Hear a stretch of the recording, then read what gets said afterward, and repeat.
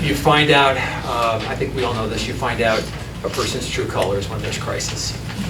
And I don't think anything is more intimate relative to a crisis is that when your health is threatened, and then the reality that your life is going to end. And I watched Millie, if you will, blossom during that time. I saw the real Millie, the person that you have extolled over the last 50 minutes. I think we all saw the same person.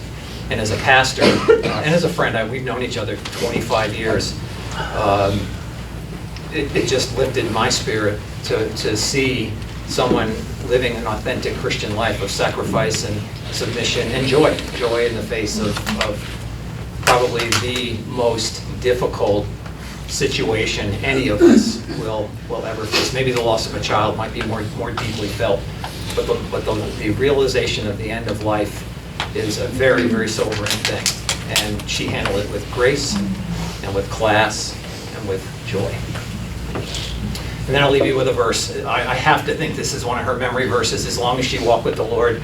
John 3:16, "For God so loved the world that he gave his only begotten Son, that whoever would believe in him would not perish, but have everlasting life." It tells us a lot about the nature and the character of God. He is a God of love. God so loved the world. His arms are open to everybody. And he doesn't just say it theoretically, put it up on a wall in some words. He demonstrated it. For God so loved the world that he gave his only begotten Son. He gave perfection for you and I, imperfection. He gave his own Son for you and I so that we could be sons and daughters of God. And the reason for that is every one of us errs. The Bible calls it sin. We all fall short of perfection. And that is God's standard. Heaven is a place where there'll be no sin. It's a place of perfection. And here we are stuck on an island of sin and dysfunction and difficulty and corruption. And so what God does, rather than force us to raise up to his level, he sends himself to take our place and pay the price for our sins because we can't do it. He gave his only begotten Son. And that's the gospel message, is that Jesus took all of the pain and the heartache and the difficulties, the failures, the sin in our personal lives. He took that upon himself. And it was judged upon the cross. And in that place, he is now extending his holiness and his righteousness and a family membership to all of us this morning and for eternity.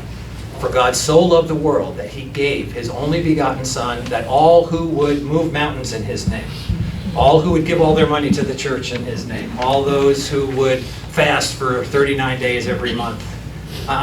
For God so loved the world that he gave his only begotten Son, that whoever would believe on him would not perish, stand outside of eternity in God's presence upon physical death, would not perish, but have everlasting life.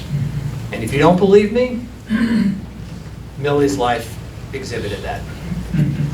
Done. She lived it. She modeled it. She expressed it, I'm sure. Somewhere along the line, she shared it with you. For God so loved the world that he gave his only begotten Son, that whoever believes in him would not perish, but have everlasting life. And the joy that she had and the security that she had and that she shared is open to every one of us this morning. It's a free gift by faith. So with that, Ina and Sheila, if you want to come close us with a final worship song. Thank you.